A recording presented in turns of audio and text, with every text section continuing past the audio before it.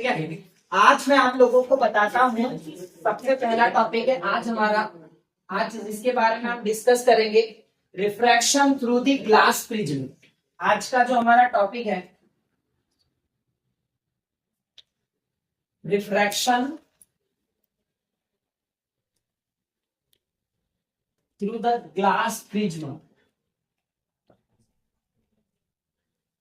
Refraction के बारे में कल हमने डिस्कस किया था, बट एक बार फिर मैं आपको बता दूं। इन शॉर्ट, रिफ्रैक्शन क्या होता है कि when the white light passes through the one medium to another medium, it bend from its path. जब कोई भी लाइट किसी एक मीडियम से दूसरे मीडियम में एंटर करती है तो वो अपने पाथ से बेंड हो जाती है, डाइवर्ट हो जाती है। इस फिनोमिना को हम क्या कहते हैं? रिफ्रैक्शन ऑफ लाइट कहते हैं। अब refraction through the glass prism, अब यहाँ पर हमारे पास टॉपिक होगा glass prism. What is a glass prism? Prism जिसके बारे में हम बात करें तो मैं आपको यहाँ बता रहा हूँ, प्रिज्म एक हमारे पास में इस तरह का शेप्ड होता है, जो में ऐसा ग्लास का शेप्ड होता है या फिर ऐसा ऑब्जेक्ट होता है जिसमें 3 रेक्टेंगुलर और 2 ट्राइंगल सरफेस होती है। प्रिज्म की डिफाइन कर सकते हैं, एक इस तरह का ऑब्जेक्ट ग्लास का जिसकी 3 रेक्टेंगुलर और 2 ट्राइंगल की सरफेस जिसके अंदर होती है। ठीक है, बेसिकली उसे हम अगर डायग्राम में देखें तो कुछ मैंने फ्रंट से इस तरह से बताया हुआ है, अदरवाइज हम उसको देखें तो वो 3D शेप का होता है, कुछ इस तरह से। ठीक है, इस तरह से ग्लास प्रिज्म होता है 3D शेप का, जिसमें 3 रेक्टेंगुलर सरफेस होती है। बैक साइड वाली सरफेस में आपको इस तरह से दिखा दूं। ठीक है, देन आगे और पीछे 2 ट्राइंगल सरफेस होती है। अब refraction through the glass prism के बारे में अगर हम समझे तो उसमें क्या होता है, जब कोई भी व्हाइट लाइट ग्लास प्रिज्म पर आती है तो उसकी 2 कंडीशन यहां पर आप लोगों को समझना है। वो आती है, ग्लास प्रिज्म से टकराती है, और अगर सीधी लौट जाती है इट मींस कि वो ग्लास प्रिज्म के ऊपर नॉर्मली आ रही है, जैसी आ रही है वैसी चली जाती है। सेकेंडरी अगर हम बात करें यहां पर दूसरा कंडीशन कि भैया जब कोई भी व्हाइट लाइट ग्लास प्रिज्म पर आती है, ठीक है, प्रिज्म पर आती है, तो वो प्रिज्म से डिवाइड होकर अपने 7 अलग अलग रंगों में बट जाती है, 7 तरह के रंग में डिवाइड हो जाती है। इस फिनोमिना को डिस्पर्जन कहते हैं, इसे हम डिस्पर्जन ऑफ लाइट कहते हैं। ठीक है, जब व्हाइट लाइट किसी ग्लास प्रिज्म पर आती है, टकराती है और 7 रंगों में बढ़ जाती है, इसे हम डिस्पर्जन कहते हैं। और 7 रंग कौन कौन से होते हैं हमारे पास में, आपको बताओ, जिसे याद रखने के हम कौन सा वाला फिनोमिना यूज करेंगे? VIBGYOR, VIBGYOR। ठीक है, विबग्योर में R for red, orange, yellow, green, blue, Indigo और वाइट। ठीक है, हिंदी में आप बेजानी हप्पी नाला के नाम से जानते हैं। ये फिनोमिना जो होता है एक्चुअल में, ये जो 7 कलर को स्पेक्ट्रम के थ्रू डिवाइड किया जाता है। ठीक है, यहां पर आप लोगों को जो चीज समझना है मोस्ट इंपोर्टेंट, वो क्या होगी कि यहां पर जब व्हाइट लाइट एंटर होती है प्रिज्म में तो वो 7 कलर में डिस्पर्ज होती है। इस फिनोमिना को डिस्पर्जन कहते हैं। वो जो 7 रंगों का सीक्वेंस बनता है उसे स्पेक्ट्रम कहते हैं। 7 रंगों के सीक्वेंस में सबसे पहले वॉयलेट ही क्यों और सबसे आखिरी में रेड ही क्यों? इस तरह का सवाल आप लोगों को पूछना पड़ेगा।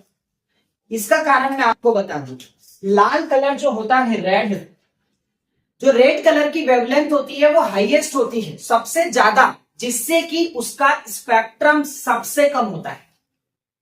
जिसकी वेवलेंथ सबसे ज्यादा उसका स्पेक्ट्रम सबसे कम, जिसकी वेवलेंथ सबसे कम उसका स्पेक्ट्रम सबसे ज्यादा। तो रेड कलर जो होता है इसकी हाईएस्ट वेवलेंथ होती है।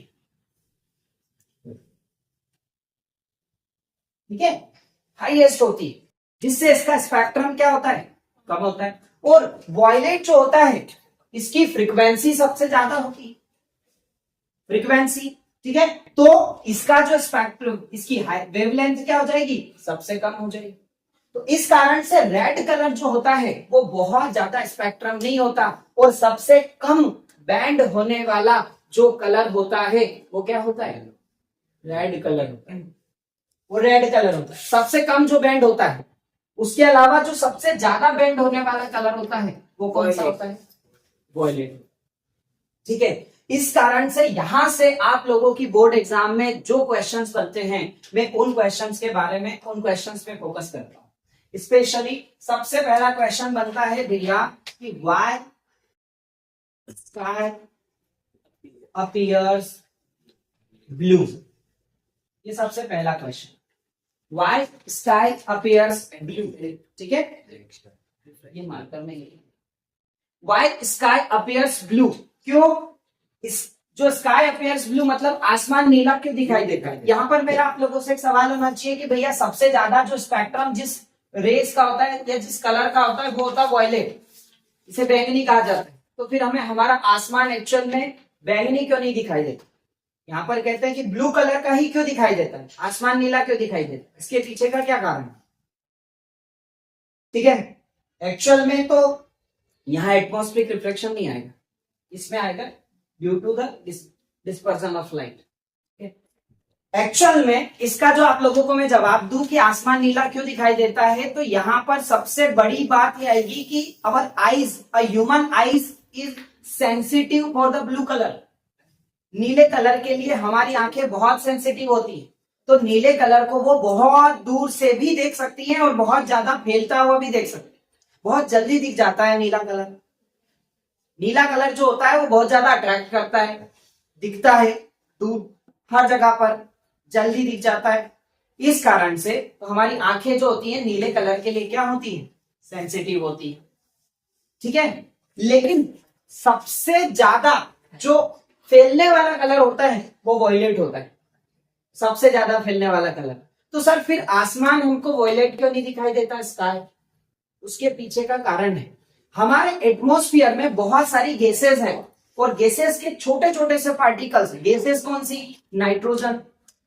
ओजोन लेयर में हमारे पास जो गैसेस के मॉलिक्यूल्स होते हैं, नाइट्रोजन गैस पूरे यूनिवर्स में है, मीथेन गैस है, तो उसके जो पार्टिकल है वो बहुत ज्यादा छोटे होते हैं और उन छोटे छोटे पार्टिकल्स में से ये जो वॉयलेट रेस होती है, बहुत ज्यादा स्पेक्ट्रम होता है इसका, बहुत ज्यादा फैल जाती है।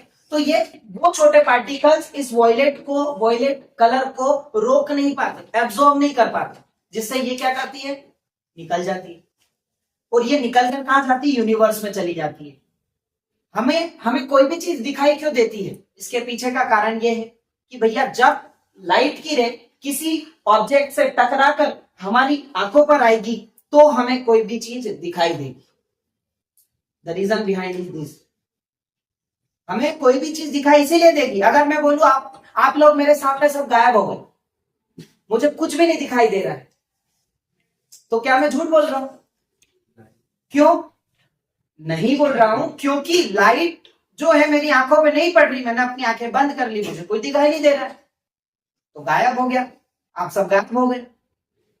कारण क्या है, जब लाइट हमारी आंखों पे नहीं पड़ती है तो हमें कुछ भी दिखाई नहीं देता है, इसी को अंधेरा कहते हैं।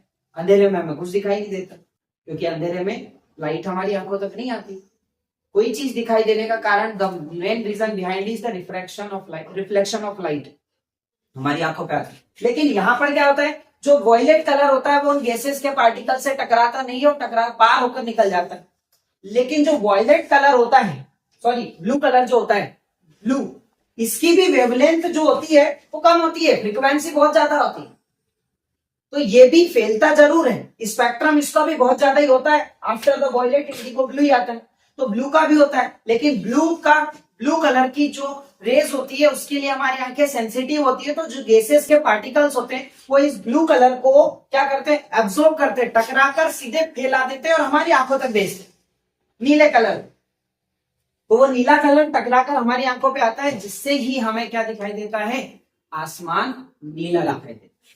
ब्लू कलर ही उन गैसेस के पार्टिकल से टकराकर हमारी आंखों पे आता है और हमें नीला दिखाई देता है। रीजन बिहाइंड इज की भैया आसमान नीला क्यों दिखाई देता है, तो वो ये हो गया उसका आंसर।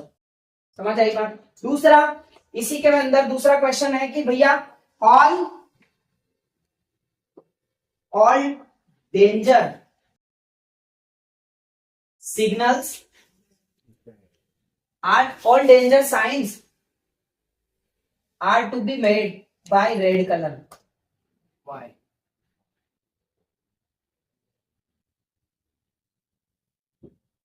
ये क्वेश्चन मार्क क्यों? कि जितने भी खतरे के जो निशान होते हैं, साइंस होते हैं, वो लाल कलर के क्यों होते हैं? तो आप लोगों को यहां से समझ आएगा। रेड कलर की जो वेवलेंथ होती है वो हाईएस्ट होती है।